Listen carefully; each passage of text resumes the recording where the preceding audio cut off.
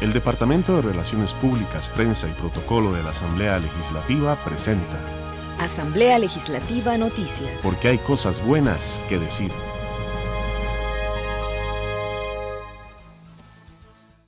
Comisión Legislativa estudiará actuaciones de la defensora Catalina Crespo. Isla San Lucas se convierte en Parque Nacional. Ministro de Seguridad remitió informes policiales y actas de decomiso del año 2019 a asesor de Casa Presidencial. Vamos al detalle de las informaciones.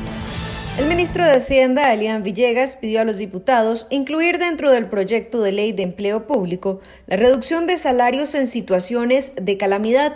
Así lo hizo ante los legisladores de la Comisión de Gobierno y Administración que estudian el proyecto 21.336. Usted plantea que el gobierno esté avalado para bajar salarios sin necesidad de una ley especial y que dé seguridad jurídica en momentos excepcionales. Es así, como lo entendí.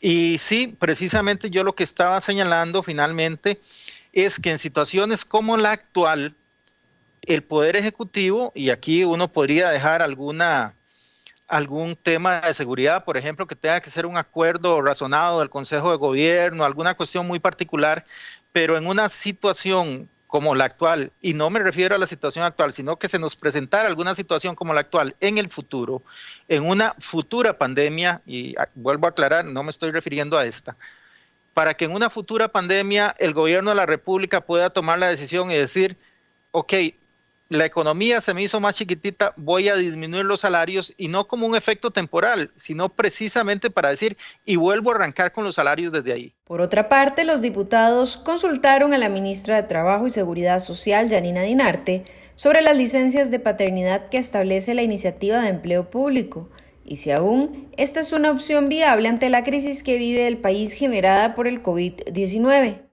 Yo quería preguntarle cuánto representa el artículo 38 de licencias de paternidad y además si es viable eso de acuerdo a la crisis que vive actualmente el país, sobre todo en el tema de los permisos de paternidad. En el caso de las licencias de paternidad, efectivamente tiene que hacerse una estimación, lo mencionó ahora el ministro de Hacienda y eso sería parte de lo que se estaría elaborando. Según estimaciones del Ministerio de Hacienda, actualmente los salarios del sector público absorben el 36% del gasto. El proyecto de empleo público permitiría una reducción de ese gasto en un 0,7% del Producto Interno Bruto a lo largo de 10 años. Los diputados aprobaron en primer debate el expediente 21.995, utilización de los cánones, tarifas y prestaciones de la Junta de Administración Portuaria y de Desarrollo Económico de la Vertiente Atlántica JAPDEVA para el beneficio exclusivo de la Vertiente Atlántica.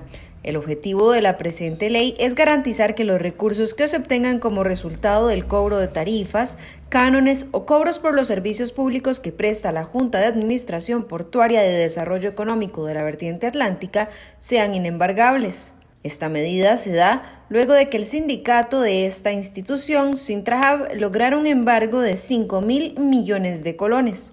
Bueno, es un proyecto que va a permitir que los recursos de una institución como JAPDEVA, que ya de por sí está muy asfixiada por la pérdida de mercado y por las situaciones financieras que tiene, pueda asegurar que las cuentas bancarias que le permitan pagarle a sus proveedores, atender todo este proceso de reestructuración que está haciendo, asimismo atender diferentes obligaciones financieras que tiene, lo pueda hacer con holgura.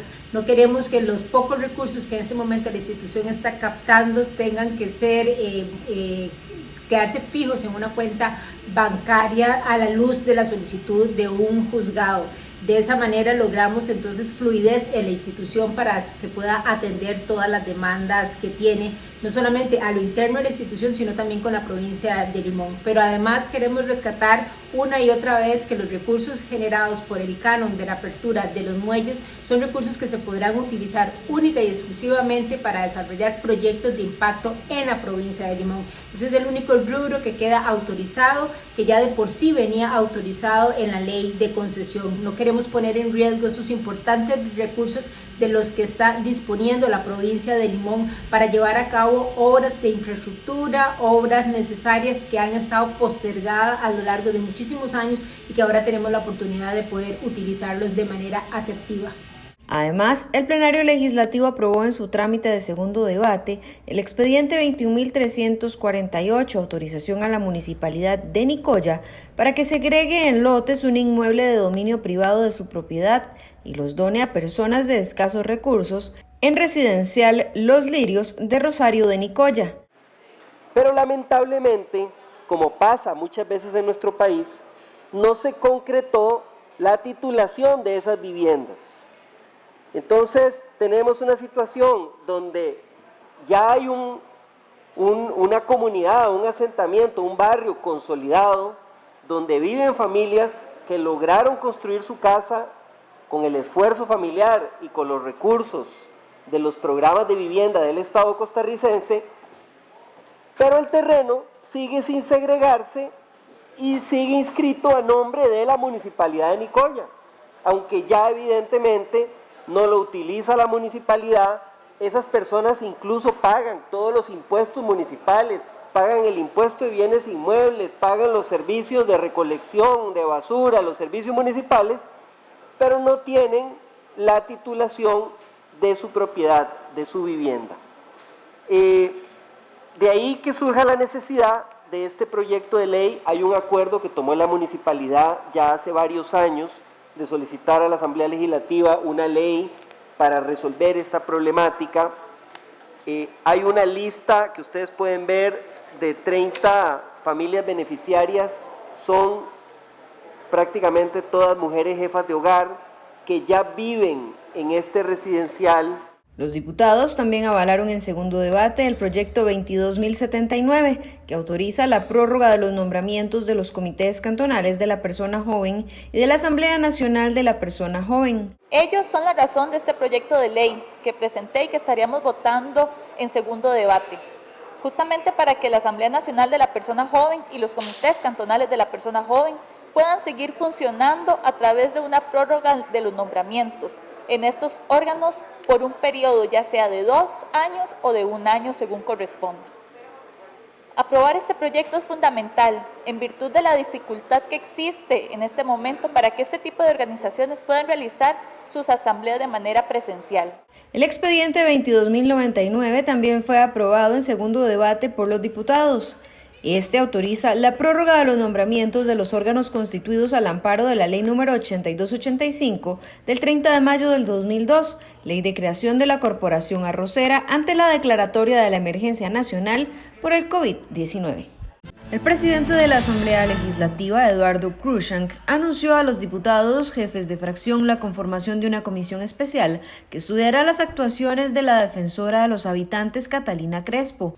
Esto con respecto a su proceder en el caso de la Unidad Presidencial para el Análisis de Datos UPAD, y es que Crespo ha sido objeto de varios señalamientos en las últimas semanas, por lo que el jerarca decidió conformar dicha comisión de acuerdo a sus potestades como presidente del Congreso.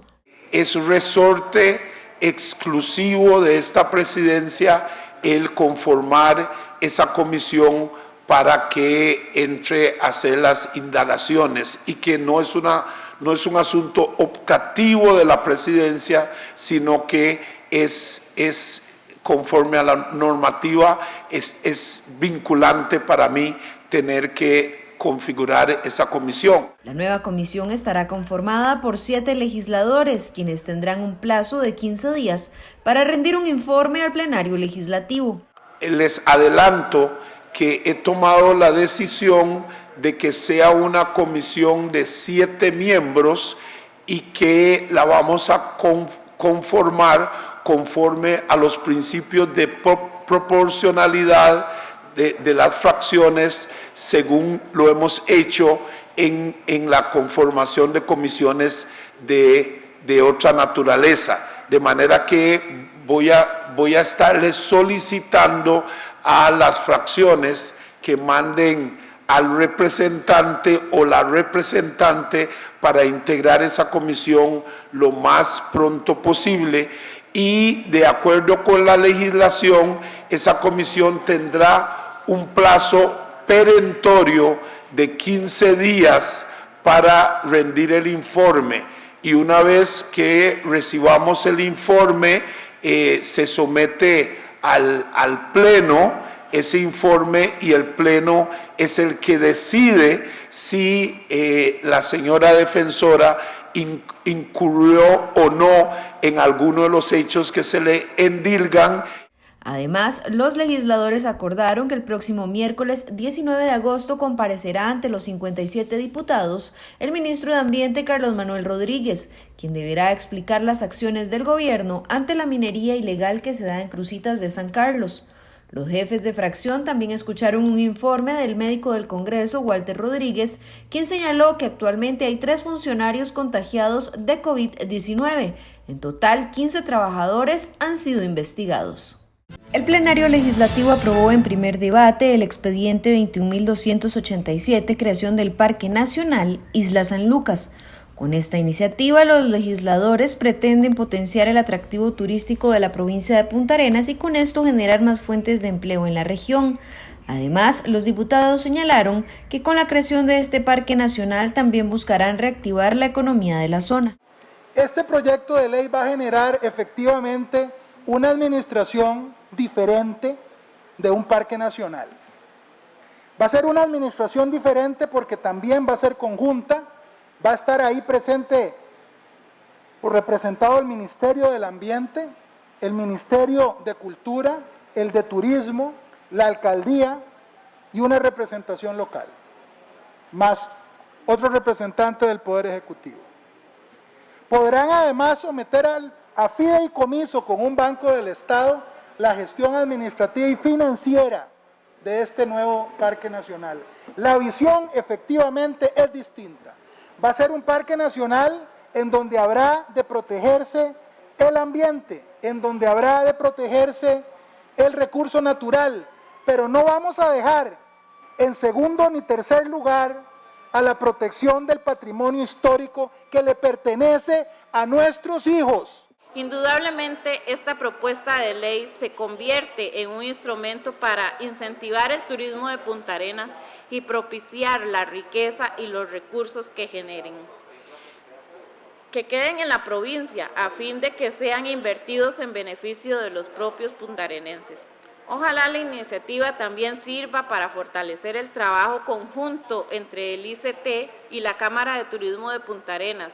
Según la iniciativa aprobada, las áreas relativas a la antigua penitenciaría serían declaradas como patrimonio histórico arquitectónico. La diputada Paola Vega de Acción Ciudadana señaló que está en desacuerdo de que la isla San Lucas sea parque nacional, debido a que no se le están otorgando los recursos al Estado costarricense para mantener esta área protegida.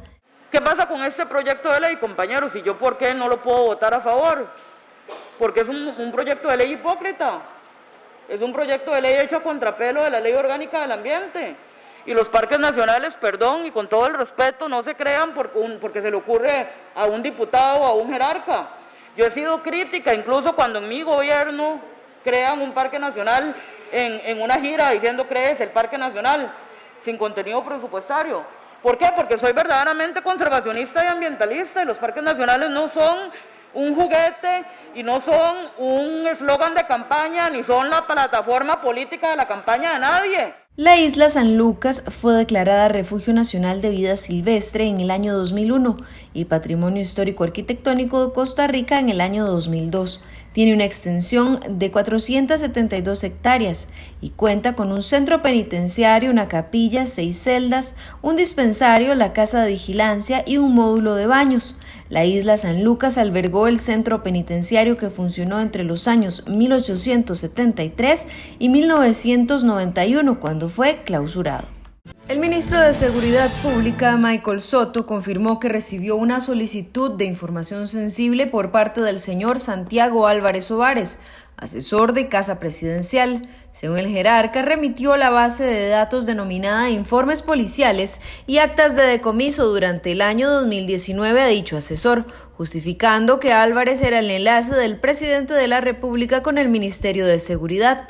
Las declaraciones las dio Soto luego de que la diputada verdiblanca Silvia Hernández le consultara sobre el tema en la Comisión Especial de la Unidad Presidencial para el Análisis de Datos, UPAD.